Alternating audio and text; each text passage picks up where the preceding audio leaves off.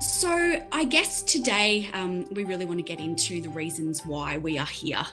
I think some of the key metrics about women are pretty widely known. We know that the population is 51% of women, yet we also know that women make up 30% of leadership roles in this country and only 18% of CEO positions. So we also know, unfortunately, that women have and continue to be disproportionately affected by COVID-19. And this is really due to an increase in parental, educational and household requirements. As we speak right now, I think about 3/4 of the country is in lockdown.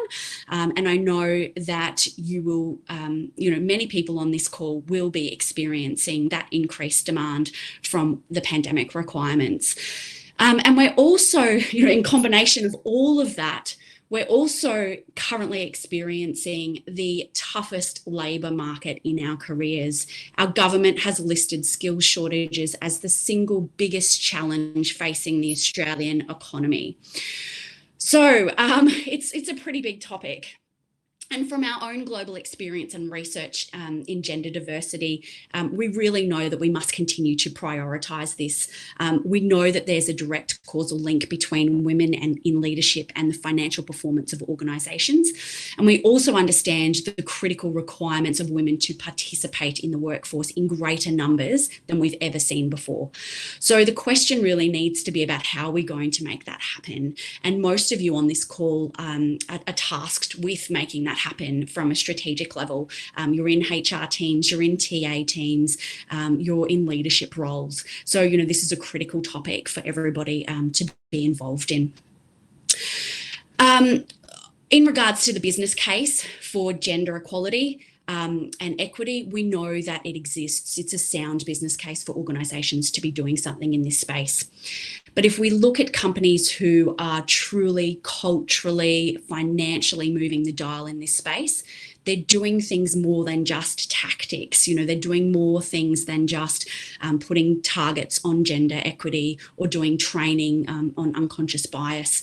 These are all really good things, but importantly, they're putting this strategy in place. They're developing strong external relationships and they're committing to a change.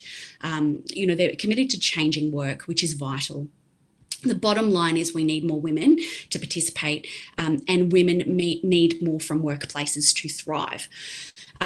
So today we have some absolutely incredible guests who are going to share how they have made some inroads in this topic.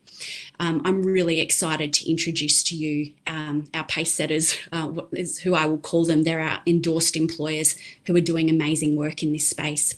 So I'm just going to read you through some of their bio, and then they're all going to come onto camera once I finish this, and we're going to get started with our session, our moderated session. So I'd like to introduce you to Ryan Burke. He is the Head of Inclusion and Diversity at CommBank. Initially, we were actually going to run this session live in Sydney at CommBank, and we thank CommBank for all of their support in bringing this together as a virtual event. Ryan is the head of I&D at CommBank and has been instrumental in developing and implementing the group's approach to inclusion and diversity for the last 7 years. So he's obviously got a lot to talk to us about today. Our second guest I'd like to introduce is Saliya Katungu-Moran, and she is the Global Diversity Lead at AWS. Celia leads diversity recruiting programs for Amazon Web Services and in the Asia Pacific, Japan and China regions, and has spent the last 6.5 years in various roles in the talent acquisition team at AWS. We're welcoming her. We welcome Tina Mccreery, who is the Chief Human Resources Officer at Deloitte. Tina has accountability for developing and implementing innovative talent solutions and strategies across Deloitte Australia. And we also welcome Helen Fraser. She's the General Manager of Human Capital at Laing O'Rourke.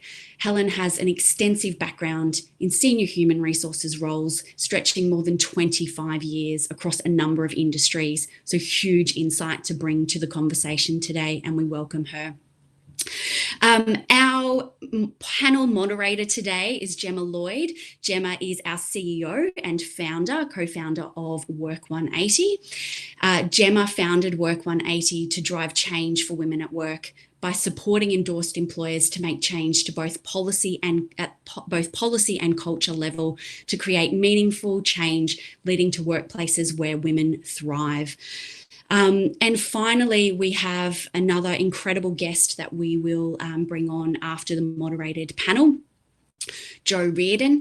Jo is the Director of Global Markets in Sales in CommBank. Jo is joined CommBank in 2021 through the Career Comeback program after taking a 5-year break from the workforce. So I am very interested to hear about her story as well. I welcome our panel moderator and guests.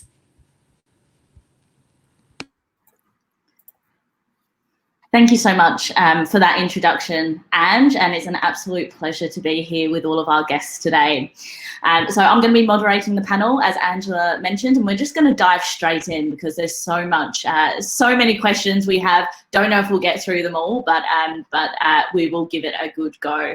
So first of all, we want to start by sharing, if we can get each person to share a bit about their DEI journey their company has been on, where it started on that path and where they're at today. Celia, if we can hand over to you to kick that off. Sure. Thanks, Gemma. Hi, everyone. So yeah, I think for Amazon and for Amazon Web Services, diversity and inclusion has really been core to our mission. So Amazon's mission is to be the Earth's most customer-centric company, right? So if we think about that mission and sort of work backwards from that, our journey has been allowing diverse teams to enable more innovative products and services for customers. So it really has been ingrained in our culture from day one, if you like, and our 14 leadership principles really kind of evidence that work in terms of seeking diverse perspectives and always being curious as well. So I would say it's been ingrained from day one. We are constantly kind of learning and innovating at Amazon. And so, yeah, it is kind of work in progress at this point. We know that we have work to do. Yeah, we are continuing to progress in that space as well. Thanks, Celia. And Helen, I might hand over. I've known you for a number of years. I know you're super passionate. I might hand over to you next. Yeah, thanks, Gemma. I guess with Laing O'Rourke, it's been a pretty long journey around gender diversity, and it's been a long-held mission for Laing O'Rourke to be the recognised leader for innovation and excellence within the construction industry. And this really drives our appetite to do things differently. So there's always an appetite to find a different way of doing something. And it was actually back in 2014 that Laing O'Rourke introduced a 6 months paid parental leave scheme, and that was gender neutral, that scheme. So at that time, that was pretty different. So it really started off this, this desire to lead and to do things differently within the construction industry. It's also, we're a family-owned company, and we're still run, and shareholders are still the two brothers who started the business 42 years ago. So it's a really core value about family and support and care. And so this always sat well, I think, with the business and across the business to have a drive around parental leave and family. But in reality, I think that value and that care only took us so far. So it led to some great benefits, but didn't necessarily make a really impactful change on our actual gender diversity and female participation rates. So in about 2018, we really determined that we needed to focus much more on gender diversity, and that's going to mean much bigger shift. It's going to mean real policy change. It's going to mean a mindset shift across the business and culture shift across the business, and really more leadership accountability and much more investment to make a real difference. And so actually shifting the needle around female participation, we know we can do it, but we actually know we can't sit back and be passive about it. So that's probably, some of the broader journey over the last 8 years or so. Thank you, Helen. And Tina, I know Deloitte has done a lot in this space as well. Can you tell us a bit about your journey, where you're at today? I sure can. So like Helen, Deloitte has been on this journey for a very long time. I think we started off about 18 years ago when we had a CEO who actually came from South Africa. And I think what was core to him was leaving a country which had diversity issues at the extreme. He had a really core value of ensuring that everybody had an opportunity, regardless of their background, regardless of their gender, and every other element of diversity, to be their best.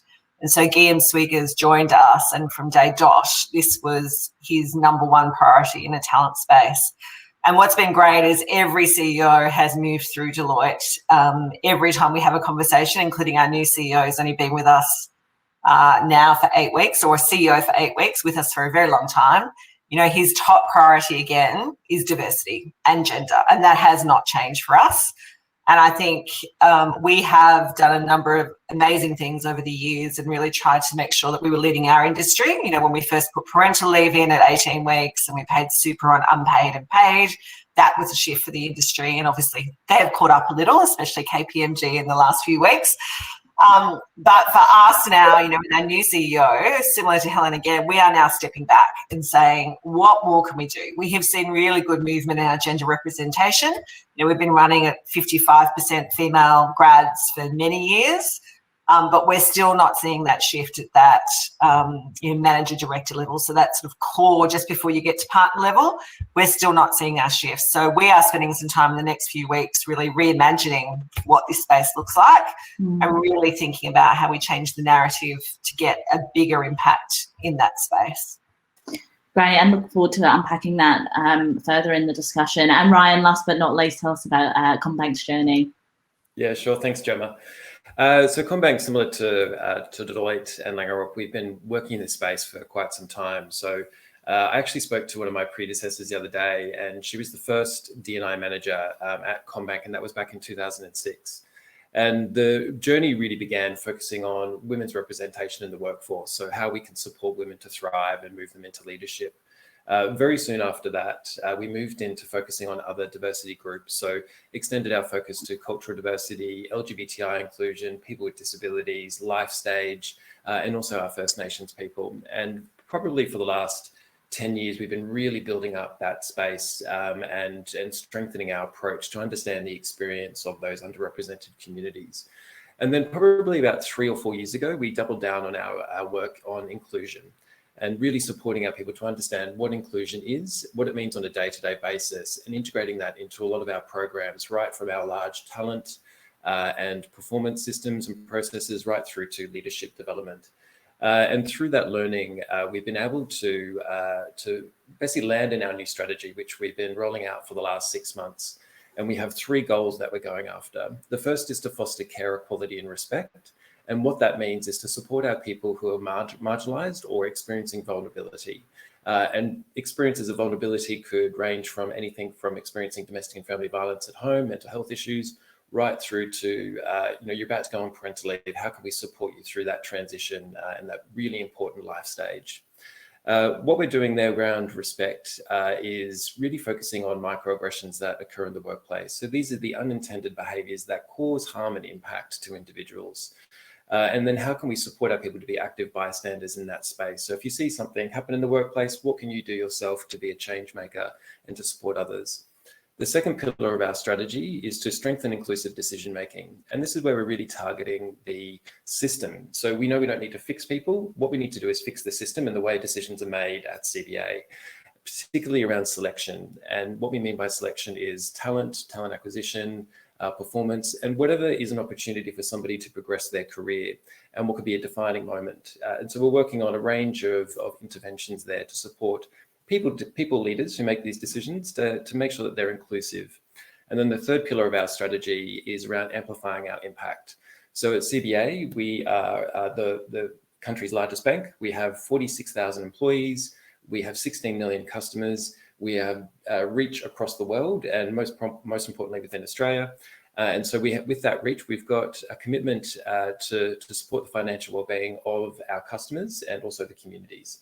And what we're doing within our inclusion and diversity strategy to support that is really engaging across all of our people, bringing people together to follow one strategy for inclusion and diversity and one approach to really make as big an impact as we can. And delivering on the public commitments that we've made to increase women in leadership, cultural diversity in leadership, our accessibility and inclusion plan for people with disabilities, and also our Torres Strait Islander and Aboriginal employees to reach parity in that space. So we've got a long history. We're definitely not perfect, but what we're doing is really trying to stretch our approach and to broaden our thinking to really double down on what are the inclusive day-to-day behaviours that may play out in interactions between people, but then also how we make decisions about others in those really critical moments. Thank you, Ryan. I think you hit some really, really key and interesting points there, particularly around, changing the system. And I love that that CommBank's really focusing on those things like microaggressions. I think we saw a lot of that become particularly important off the back of obviously the Black Lives Matter movement last year. So it's excellent that CommBank's doing that. Helen, I want to hand over to you next, because what I often think I'm in a bubble at work 180, because we work with the employers who get it, they're progressive, and I, sometimes have a deluded vision of the world that everyone's like that. But then we speak to a lot of HR people and they're pulling their hair out because they can't get the business case over the line. Construction, low representation, you have to work really hard at this. Can you tell me how the organisation really justified that business case? Yeah, look, absolutely. And some of the business case in construction is so clear because it's an industry that constantly headlines around staff shortages. And, if Australia is to meet the demand of infrastructure in the future, particularly coming out of COVID, and we see how much this industry is being used to build up the economy, we need the people. And so it's actually a pretty easy argument to say, well, if we're only currently accessing 50% of the population, we've got another 50% sitting there that we could access and bring into this industry. And so in that macro sense, that's a pretty easy argument. And then the argument I use a lot is around how great this industry is. And I say this a lot to young women. And this is an industry where you can earn a lot of money, is the truth. And the nature of it, you can earn a lot of money. You can top up your super. You can work in very much a team, people-focused environment. So one of the challenges, people don't actually know what goes on in construction because it's all covered by this hoarding. At the moment, everything behind it's shut down, but it's all this hoarding, so you don't really know what's behind it. So as soon as we can get people behind it, they actually see what is involved in this industry. So opening it up to another half of the population is a really key, it's actually an essential part of the sustainability of the industry. The other piece is that the inflexibility of work and the nature of work historically in construction has impacted negatively on people's mental health. And it's played out in unacceptable suicide rates and mental illness. And no one in the construction industry is accepting it. So no employer, big or small, in the construction industry wants to see that. So we know that something has to change within the industry. And to do that, we have to make the industry safer, healthier, and more attractive to a broader range of people. So when you look at it from that macro sense, there's not many people who can argue back. And then you can start to get to a more micro sense, which is it is actually proven around the link between more diverse teams and innovation. And it's proven between the link of more women in leadership roles and successful business outcomes. So you can then get to a macro sense about where the shifts are. So even in our own team, we see the difference with leadership teams which have much more balance, and we see them just having different sort of conversations. We see different levels of engagement, and we see that ability then to recruit more women in. So I think it's look at it from a macro sense. How does gender diversity impact the whole industry and what the industry is trying to do? Health and wellbeing, absolutely, which no one wants the outcomes that we see in construction. And then we can start to really measure some of the things which business leaders want to see, which is more innovation, better client relationships, and they want to see better employee engagement. They want to see better business outcomes. Mm-hmm. seems like a no-brainer when you phrase it like that. Thank you, Helen. And Tina, over the years that Deloitte has been really focused on this, and obviously it's been quite some time, can you talk a bit about, improvements or benefits that you've seen the more and more sort of diversity and inclusion has permeated throughout Deloitte?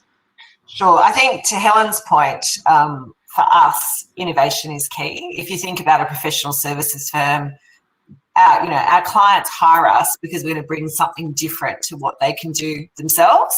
And so our people being engaged, innovative, being at the forefront of thinking around a number of different subjects is incredibly important. And to Helen's point, you cannot be innovative, in my view, and the high majority of our partners believe this, unless you have diversity of thought, unless you have a team that feels safe, that feels psychologically safe, that can question each other, that can debate, that can be open, can push the limits on particular subjects to make sure that they were delivering the best thing that we can for our clients and team. And so for me, I think the evolution that we've gone through over time, our partners have seen the difference that it makes when you have a very diverse team delivering to your client, and the engagement, the energy and the outcomes are substantively different. And, we've done different tests and different pilots to prove that over time. And I think for our partners and our leaders now, it's not a question. They can see the value. I think their biggest struggle at the moment, which to Helen's point as well, is in the current labour market, it is incredibly difficult to find the resources that you need. And so, like Helen, they know now that if we look at, women being 50% of the population, if you do not tap into that talent pool and you don't do it in different ways that are innovative, or you look at different ways to actually reskill that part of the population so that from a Deloitte perspective, they're our future talent, then in fact, I think from a revenue and margin perspective, there's going to be some substantive impacts to employers who do not fast track this journey quickly. So for us, I think that the time that we've been on this journey has just cemented in our leadership's head how important this is. And so it's not business case anymore. It's more actually a case of how can we now be more innovative to do this differently, to change the narrative, to take that next evolution of our journey on it. Great, thank you, Tina. The next one, I'm going to open up to the floor, so just jump in if you have a response to this, because I didn't want to point at anyone in particular in case you don't have an example or it's not something you want to speak about in particular. But has anyone got an example where you have convinced a naysayer, on the importance of this? And can you take us through, the pushback and how you actually went about that convincing?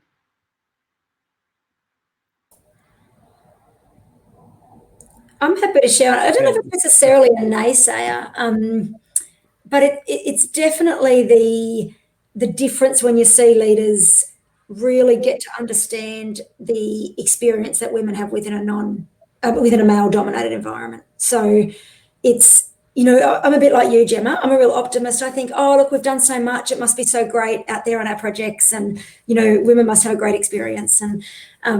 And we go out and ask, and of course we get great responses on our employee engagement surveys. And then last year, I don't even know, we introduced a sponsorship program, and we worked with a company called Cultivate to run this sponsorship program. And we matched 5 executives with 5, what we'll say is sort of, aspiring senior leaders. So women in quite senior roles on projects. So they're on a construction site every day. They're delivering engineering or project management or services, but they're not the leader. They're not the boss.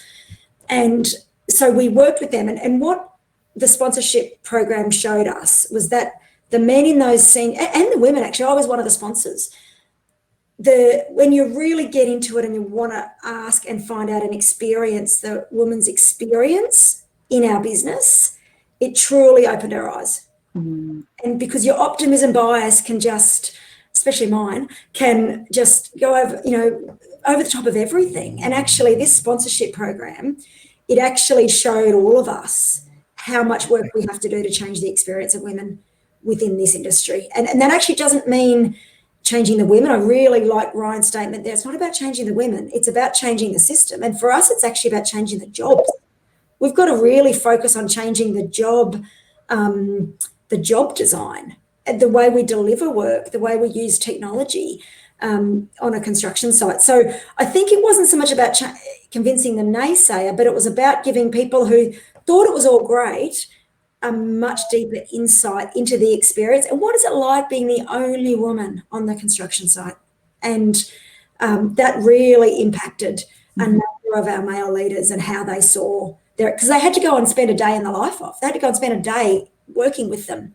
And then the sponsees came and spent a day working with the sponsor as well. So that was an excellent experience, and it definitely gave a much, much more real insight into what it's like and why do we have to do something about this? Because these women are so smart and they're our future project leaders. And if we don't do anything, they won't progress to project leader. Yeah, and I think I love that, because it goes back to Ryan's point earlier around fixing women and the systemic issues, because, you know, there's women speak up, be more confident, but hey, when you're the only woman in a room full of a lot of men, that's actually a very intimidating thing to do. And also you're not necessarily heard when you do it. So thank you for sharing that, Helen. Celia, in terms of the actually attracting women into the workplace and underrepresented groups, can you share how AWS is approaching this, and maybe how you're doing things a little bit differently to the traditional ways of attracting talent? Yeah, absolutely. So I think to add on to what Helen was saying, actually, this is kind of a journey we're going on right now in terms of rethinking how we're engaging with female talent and how we're actually providing opportunities for women to look at a career in technology, right? So there's a couple of programs that I wanted to highlight that have been active here in Australia, that have been pretty successful in attracting both women and other underrepresented minority groups. So the first one is AWS Restart. So this program kind of works to upskill folks who might not have any technology skills, so no technology background whatsoever, and gives them kind of a baseline set of skills to be able to apply for an entry-level role in cloud. And I was actually part of a cohort late last year, mentoring a cohort that was part of this group that then had the opportunity to apply for a role with AWS. And not only women, it also included recent arrivals to Australia, as well as Indigenous communities and women who are returning to the workforce as well. So yeah, Restart has been a great one, I think, to help those folks who maybe hadn't considered a career in technology kind of get that foundational skill set to be able to be successful. And then a couple of others I wanted to just highlight. She Dares, which is a pretty recent innovation which has come out of Australia. I saw Liz McKay is on the call today. She's been heavily involved in that. And that's really an online interactive kind of learning experience for women to be able to demystify, you know, what does a career in technology mean? What is it all about? And that actually came off the back of the pandemic last year. So where we had a number of women who were looking to potentially pivot their careers in a different direction. Again, you know, not coming from a traditional technology background potentially, to give them the skills to understand, you know, what does it take to be successful and how can they build on AWS as well. So yeah, that one's been really cool to see kind of get off the ground and start yielding some results. And then the final one is She Builds. So you may have seen this just happened recently. It's an online day of interactive kind of keynotes and speaking engagements from various people in the industry. And that aims to bring kind of women together to really think big about, you know, what can they achieve on AWS and help to bridge the cloud skills gap as well. So some really cool programs, you know, that we've seen innovating, often coming out of Australia as well, to really think differently about how we're engaging with women, how we're giving them the skills to be successful in a role in cloud, and, you know, sort of helping them to get to that level that we're looking for as well. Thank you, Celia. And Ryan, what about from a CommBank perspective? Sorry, I'll repeat the question just in case. Yeah, is there anything you're doing differently from a talent attraction perspective for women and underrepresented groups? Yeah, definitely. Sorry, I was just getting myself off mute. Definitely. We, similar to Celia, we run a whole range of programs for women in STEM through our enterprise services area. which is a great channel to educate school kids about what STEM could be and the careers that are available for them, and to also give our employees within our enterprise services area the opportunity to engage as well, to see sort of what that development flow could be. For CBA, I guess for us, it's in terms of attracting women particularly, it's around sharing what we do internally. So our culture is really guided by our values of care, courage, and commitment. And we do a lot of work internally to support our people to develop their careers and to move throughout the group. And so our talent acquisition team do some really great things to share what it's like to work at CBA, and to also share some of the things that we do to support our underrepresented communities, whether it be through Parental leave, our amazing employee networks, right through to some of the other benefits we have at CBA. So I guess sharing what we do internally and engaging through platforms like Work 180 and some of our other partners to really get the word out there around what we do and how we can support our people. We do have a fairly robust talent attraction strategy where we produce videos about different types of roles and what it's like to work at CBA in those positions, so they can get a bit of a taste of what it's like once they've made it through the selection process. So very similar, looking to really get the story out there around how we engage and support our people, and hopefully that's an attractive opportunity for people within the market. But similar to some of the other comments that have been made, we have a huge number of vacancies at CBA, and the war for talent is real. It's here. So if anybody listening is looking for a new role, please jump onto our careers website. You'll see some amazing stories, because it's difficult at the moment. So. I think a few too many of our people have been on your career site. Oh no, let's not get into that here. Tina, Deloitte, do you think there are any misconceptions around what it's like to work at Deloitte, and how is the organisation, if so, going about breaking what they might be? Well, I think there is. I mean, we're a professional services firm, so I think for us, hours of work and the type of work that you do is one of the things that is a big topic, both in the industry and actually internally with us. And I think we have done a lot of work in the last 3 years, and actually just in the last 6 weeks, of really shifting our culture on hours of work. We've had Deloitte Flex now in place for over 3 years, which gave our people 9 ways of flexing. And 6 weeks ago, we launched the Deloitte Experience, where we have got rid of 9 to 5, so core hours. We're getting our people to design their work week. We're giving them opportunity to work remotely, virtually, and in person. And so we've really tried to turn on its head that particular misconception. Now, there's a whole lot of cultural interventions we're doing to make sure that on the ground that occurs, and obviously ensuring that our clients still get the service that they need to get. But for us, that is still something that we're working on and it really does actually, from a diversity and inclusion perspective, matter. Because we want to make sure anyone who joins us or is looking to join us know that they can do that while balancing their well-being, while balancing their personal life, and that they can thrive on all fronts. And so for us, that step on Deloitte Experience was incredibly important, because it's a no-brainer. And, if you talk to our CEO, he's like, you are not going to have talent if we don't take this step. And if we don't shift this way, we are not going to survive. And so this is a no-brainer. We are doing it, and this is what this looks like, and it's trust, empowerment. We didn't have a question that our people work hard. They work hard. So that wasn't the question. The question was, well, how far do we take this, and do we just make it trust and empowerment? And that's where we've decided to land. So I think that misconception will be there for a while, and we're still hearing it where people go, yes, you did this, but is that fact reality? And we've got a whole range of things that we're going to be doing in the next few months to pull it through. But I would say that, some of our senior executives, both men and women, have worked part-time over their journey at Deloitte and have seen their career continue to grow. And so for me, that's one that we're still working on, but we're onto it. I want to continue on with you, Tina, because I want to talk about bringing men along on this journey. And you mentioned before around Deloitte's parental leave. Deloitte is an absolute pace setter in this, has been for a long time, gender neutral, no need for primary, secondary carer status, 18 weeks if you're a new parent. So can you talk more about how the business was able to get that over the line, the logic behind that, and any other initiatives that the organisation is doing to include men? So I think from a parental leave perspective, we came to the realisation that you actually, from a flexibility perspective, are not going to move forward unless you actually get your whole population flexing and you get your whole population seeing it as normal. And so they're not questioning someone leaving at 4 o'clock in the afternoon or coming in at 9:30. And so trying to normalise it was our goal. And we've just taken that next evolution in that goal.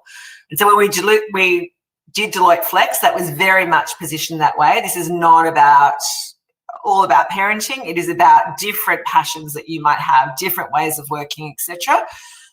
And so then when it came to the parental leave policy, we actually followed a very similar philosophy in that unless we can actually have parents experiencing this and parents experiencing what it's like to care and work, we are never going to move this forward from a cultural or societal perspective. So we started from ground zero in that we only had it for birth mothers, and then we shifted our policy.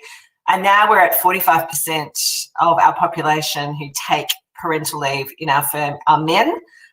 We offer it flexibly, and that's primarily where men take it. So they will take it and actually take 2 days a week over a number of months to support both their partner going back to work or whatever. Actually, they can take it when their partner is off at the same time if they want to. They can do it in sort of all different ways. And what we've seen as an outcome of that is, in fact, what we were looking for, that normalisation of knowing what it's like to transition back after being out and some of the challenges and opportunities that has. A lot of storytelling. So our both genders and all of our people who take parental leave talking about what was the experience like, what was the journey. And so, again, that's been really important to hear it as parents, whatever those parents look like, telling that story back. And so for us, we sort of tick that box. There's another piece we're looking at now around, well, how do we take that to the next level? The other pieces that we do from a male perspective is we keep them involved in every conversation we have on this topic. And so, when we have Women in Consulting, which is one of our networking groups, it is not women who come along to that session. It is anyone coming along to that session. We're also very conscious of our LGBTIQ population and making sure we've got that sort of intersectionality there and people feeling inclusive.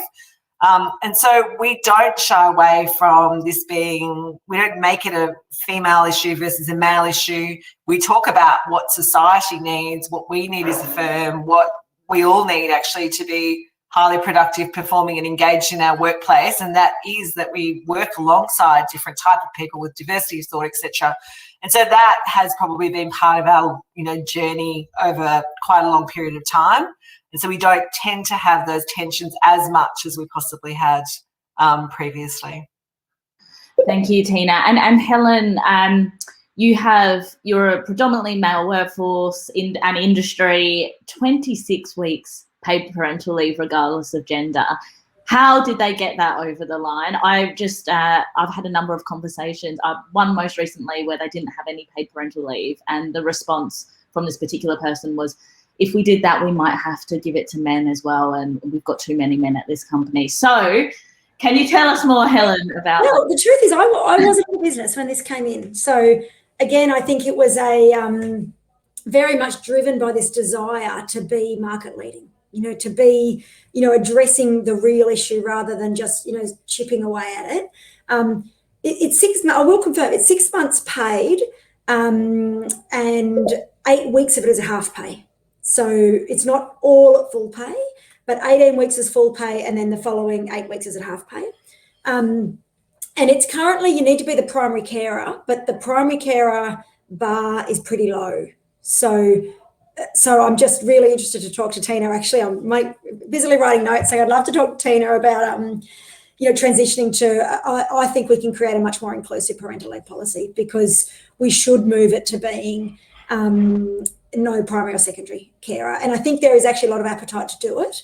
But there is a little bit of this, just a little bit of a barrier around, we don't quite know how much it will be taken up. I think we'll analyse it as much as we can and then we'll just take the leap. I think there is a sense of the actual cost of not retaining people, and I'll say people with family responsibilities, because more and more men in our business want to take a bigger role in their families, the cost of losing them is much bigger than the cost of 6 months' pay.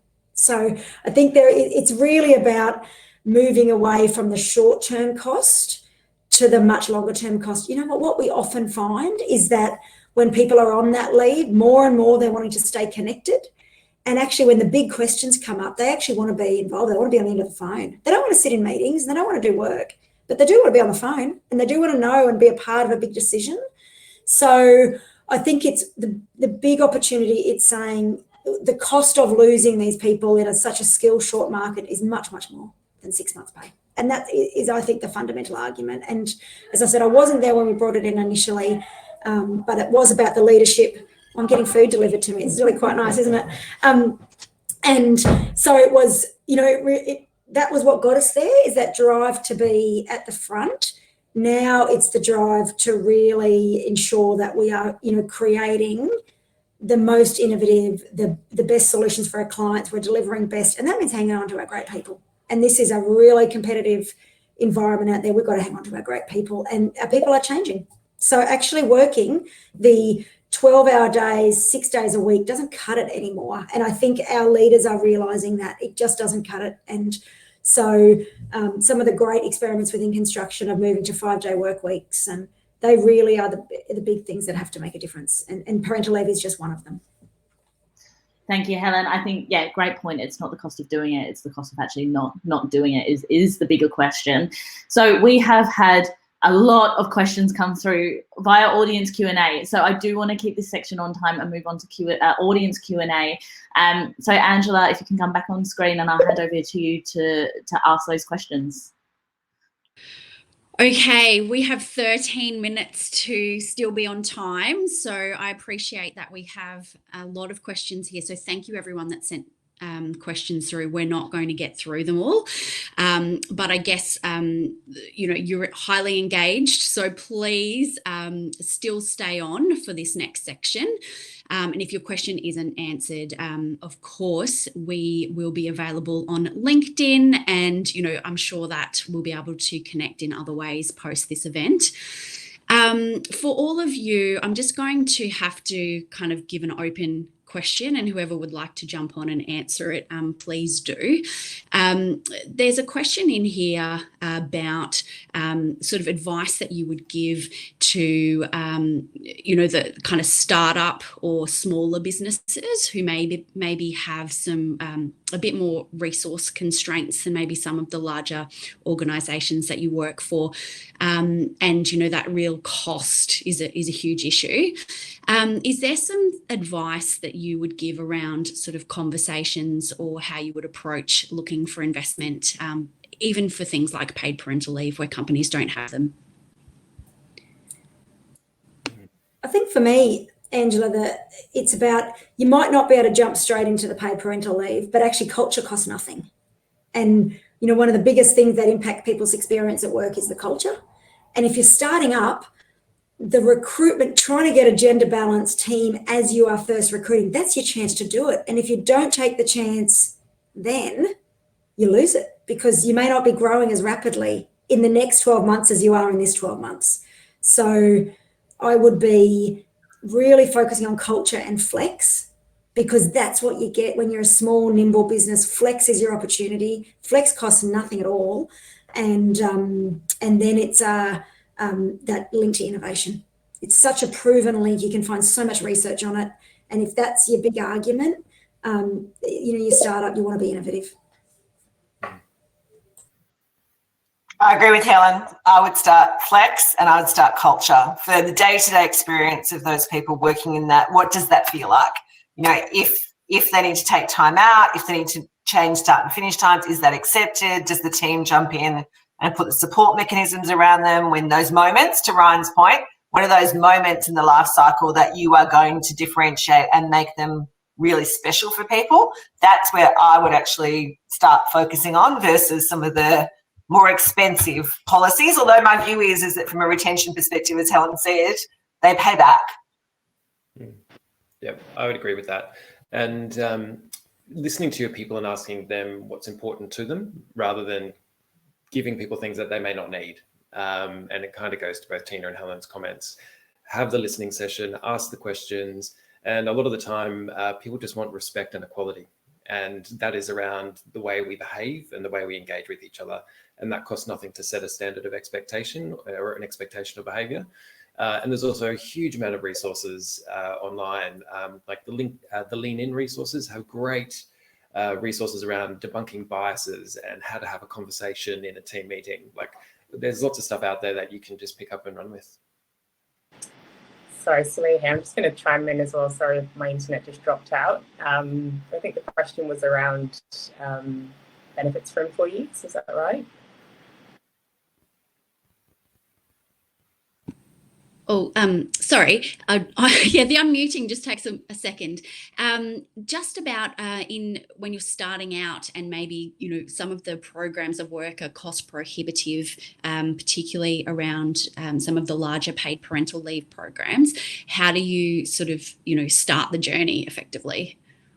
Got it. Okay. Yeah, I'm not sure how much time we have left, but just to add, I guess, a little bit of insight from Amazon. We tend to use employee feedback and data to help inform, what some of those policies look like. And one of the things in particular I'd call out in the diversity and inclusion space is a sentiment tracker that we use to kind of get a daily pulse check from employees on do they feel, connected, trusted, informed on our sort of scale of inclusion. And then that helps to inform, initiatives and programs that we'll be driving in that space as well.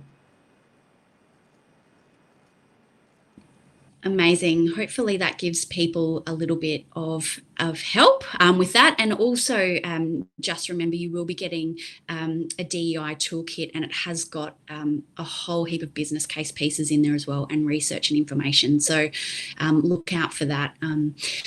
There's been a couple of questions just off the back of what Helen said, but I'm sure that this is relevant to other people as well. When we're looking at reimagining roles and the changes that we need to look at in specifically how we're going to do work, is there a certain focus that you have at the moment around that redesign, or the things that you're hearing that women need in regards to the role changes, and what's kind of next step for you? So for us, I think I can imagine that Tina and Ryan would be all over a lot of this already, whereas in construction, I don't think we've progressed, even just with things as simple as job share.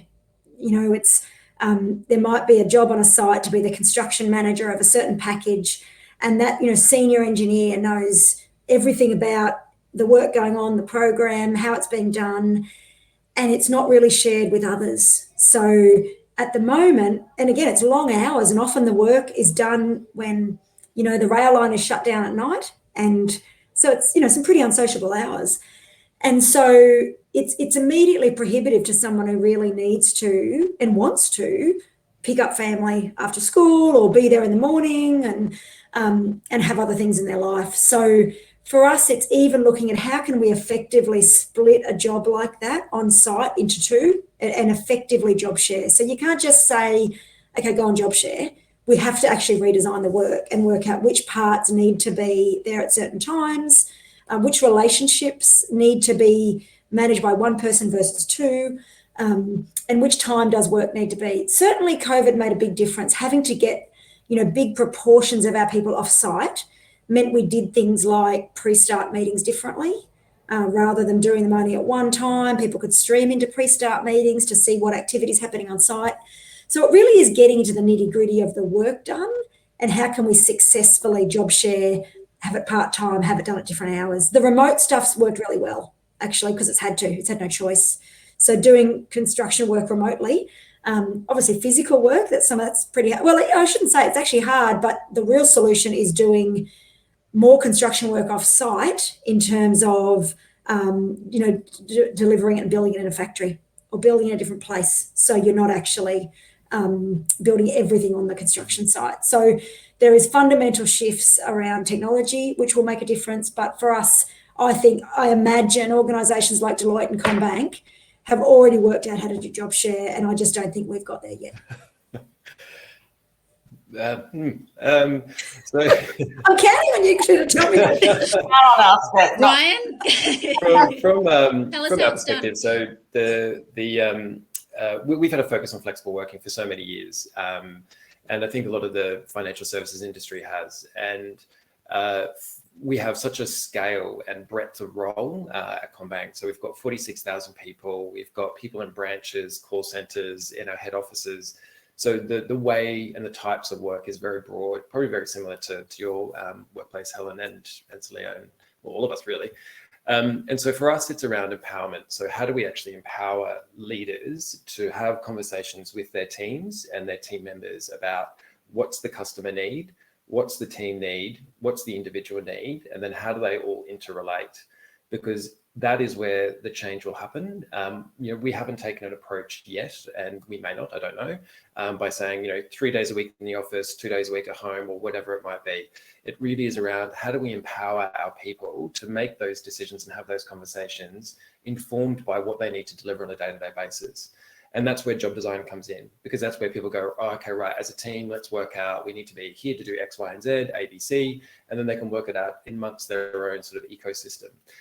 Because with our scale, it's difficult, I think, to say one size fits all, because unfortunately it doesn't. Like last year during the pandemic, we moved up to 4,500 people to move to work from home permanently in some of our contact centers.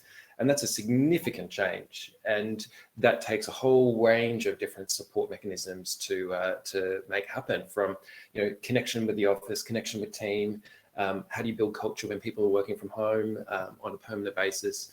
So, these strategies, they have their own context and they need to be built within their own context. And for us, it's about empowering leaders and teams to have the conversation, give people the guiding principles and the guardrails to work within, and then allow them to make the call themselves.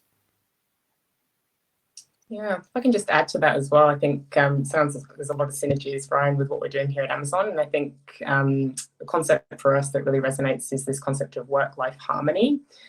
So we know that looks different for everyone, particularly in the current climate with the pandemic, with people, homeschooling and, having other commitments at home that they're kind of managing. So we really want employees to have that open dialogue with their manager to say, what does work-life harmony look like for me? And really kind of think about outcomes versus, being present or, being online 24/7 or whatever that might have looked like in the past, right? So that looks different for everyone, and we really want people to be empowered to own that themselves.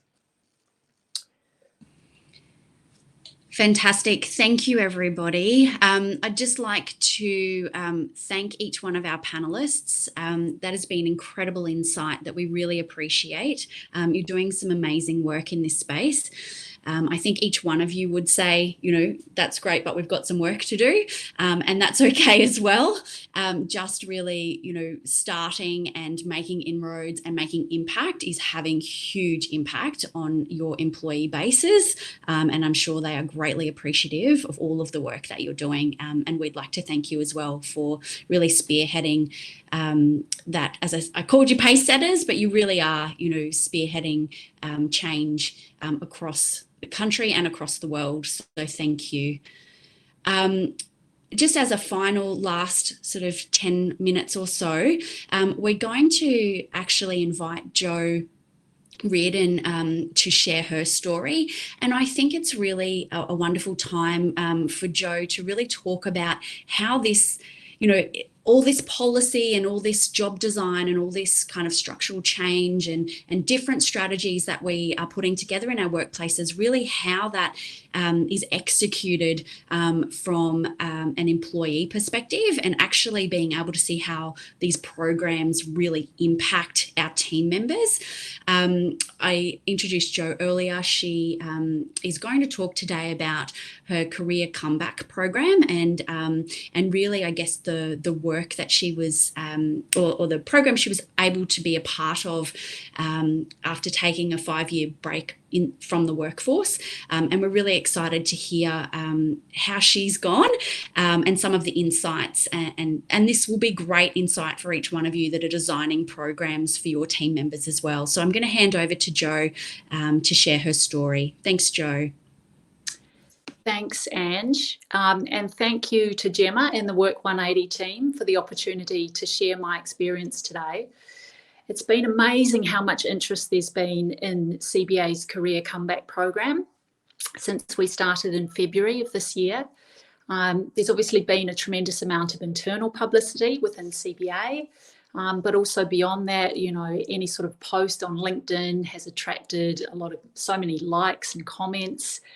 We've been featured in the Sydney Morning Herald a couple of times, the program, you know, and here I am talking to, I think I can see it, 108 HR professionals or people with an interest in getting women back into the workforce. So clearly it's been a program that's touched on something within the corporate world. And I think it's probably fair to say, obviously many companies have been aware of the talent that's out there in the form of women who've taken a break from the workforce, but it's been more challenging to get those women through the door. So I'm looking forward to sharing some information about the program and my experience of it, in the hope that it can help ignite some similar opportunities for women in other companies around Australia. So just a little bit of context about myself and my career before I started at CommBank. I spent nearly 20 years working for Deutsche Bank in foreign exchange sales on trading floors around the world. I met my husband and had my 3 children along the way. And I was very lucky that for the final part of my career at Deutsche, when I landed here in Sydney, my husband chose not to work and be the house husband. And so I was able to embrace sort of my role and the long hours that came with it. However, even with a supportive partner, I faced the dilemma that many working parents do, which towards the end of my career at Deutsche was, you know, do I persevere in a role that I've done for a long time, you know, where you're battling sort of, you've got your daily politics, and in a managerial role, you're spending a lot of your day solving other people's problems. So do I do that, or do I take some time out to be present and be a meaningful part of my children's lives? And when you weigh it up, for me, the answer was pretty easy. So with apologies to Sheryl Sandberg, I actually leaned out, and that was in 2016, and I spent the last few years doing, you know, a lot of the things that I'd wanted to do for some time. So volunteering at school, you know, coaching and managing my kids' sports teams, you know, getting fit. I was able to travel backwards and forwards to New Zealand to see my elderly father. So all those things that when you've got a busy job and you've only got 4 weeks leave a year, that, you know, you're prevented from doing. And then, of course, a funny thing happened, which was my children actually got older and more independent. And at the start of last year, with 2 out of the 3 of them in high school, I suddenly had a lot more time on my hands. And I started to feel like I wanted to do something again. So my husband's employment had some flexibility, and we both felt that if I found a job with some flexibility as well, then we could sort of cover off all the household and the kid admin that you need to do. And also in reality, I sort of felt it was time for the kids to see mum working as well. So there's like some, you know, some balance in the household. So I started thinking about what I could do, and that was quite tough because I knew what I didn't want to do, which was return to those same long hours and the sort of evenings out entertaining clients. I had a couple of chats with former colleagues who were now at other banks, and what I discovered was that if you know what you don't want, that's actually not helpful in a conversation about where you want to go next. And I wanted flexibility in my next job, and I felt like if I was asking for flexibility, it sounded like I wasn't committed or I wasn't ambitious, and that's certainly what it felt like. And then when I scanned sort of LinkedIn looking for opportunities there, you know, I hadn't looked at LinkedIn for a while, you know, it comes up with the suggested roles, and a lot of those jobs, I mean, it looked like they were written in another language to me, you know, sort of what's a change manager, or what does someone in sales transformation do? And many of those roles actually wanted specific experience in a similar role to the one you were applying for. So then a couple of colleagues at CBA mentioned that CBA was looking at a return to work program for women within its institutional banking and markets division. The framework of the program immediately resonated with me. So it was aimed at women with at least 2 years out of the workforce. So that was a tick for me. It really encouraged flexibility. So that was another big tick. There would be a cohort of other women with an induction program and coaching along the way. So fantastic. And there was a real job at the end. So it wasn't a program where there were more people on the program than there were jobs at the end. So you sort of had to fight people for roles. So it basically ticked the boxes on every point. And all those aspects were big positives for me, particularly the cohort part. The idea of going back and sort of not being alone, having a group of women to share the journey with. Particularly if it was going to be doing a different role to what I was doing previously. And I did want to do something different. One feature of the advertising of the roles, which the program manager, Charlotte Wilford, wanted me to highlight as well, was that importantly and quite deliberately, the roles were advertised with an emphasis on skills rather than experience. And the job ads were purposely curated to reflect that. So this encouraged women to apply for roles that they may not initially have seen as a match. So, for example, hiring a lawyer into a corporate governance role, they use wording such as, oral and written communication skills come naturally to you. You're well equipped to review senior level meeting material and prepare background information, summary papers and talking points. So using that language rather than simply saying, corporate governance experience would be preferable. The other aspect I wanted to emphasise was how flexibility was embedded in the program. So right from the application process, we were asked what sort of flexibility we would want. And obviously that completely removed any stigma. Feeling like you're, opting out of having any ambition. And it also removed the need for, feeling you had to take on 5 days at the beginning and then ask to go to 4 further down the track, which I know some women, do to try and get their foot in the door. So after having applied for the program, the interview process was very straightforward. And all the women in the cohort said how the interviews made them feel comfortable. They didn't feel they need to cover the hole on their resumes. And I did a bit of background digging on CBA with sort of friends in the neighbourhood who worked there, and everyone was really positive about the culture and the leadership there.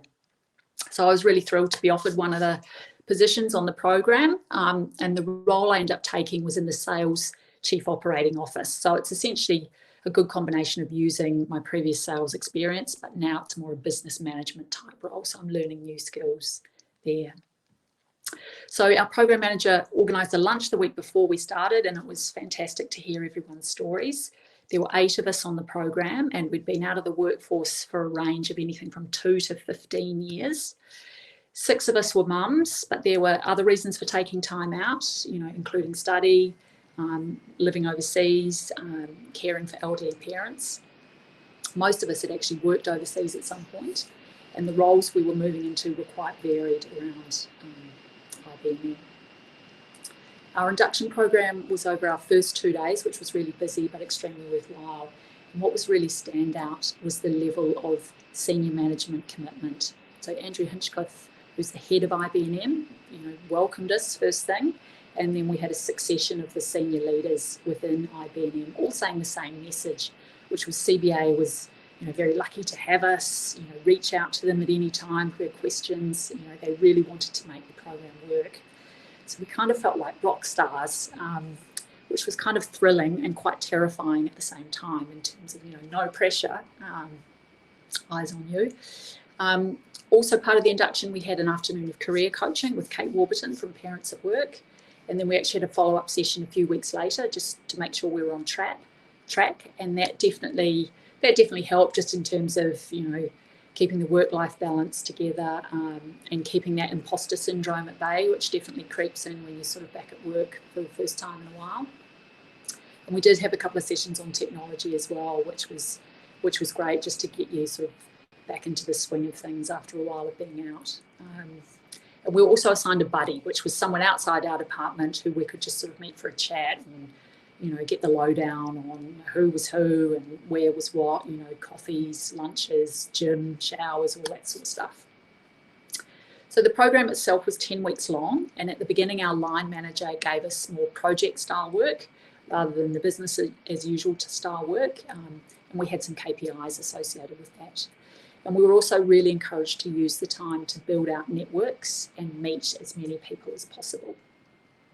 So there was a real overarching message that CommBank wanted us to stay. And if the role we were given didn't initially suit us, there were plenty of other opportunities. So that concept of networking on company time was slightly foreign to me, because it was kind of like, well, you're paying me to drink coffee and, you know, meet people. And I've never been a strong networker, but that's where the cohort was great, because, you know, the other women on the program were really good at that. And so they encouraged us all to go out and meet more people. So, you know, that was one of the great benefits as well.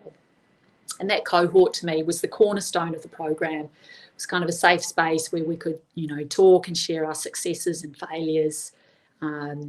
We met once a week during the 10 weeks of the program for a coffee, and, you know, we still try and do that sporadically.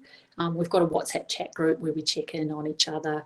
Lockdown's thrown us a bit of a curveball with that working from home, but, you know, just having that group to share ideas or, you know, have a whinge about homeschooling has been fantastic.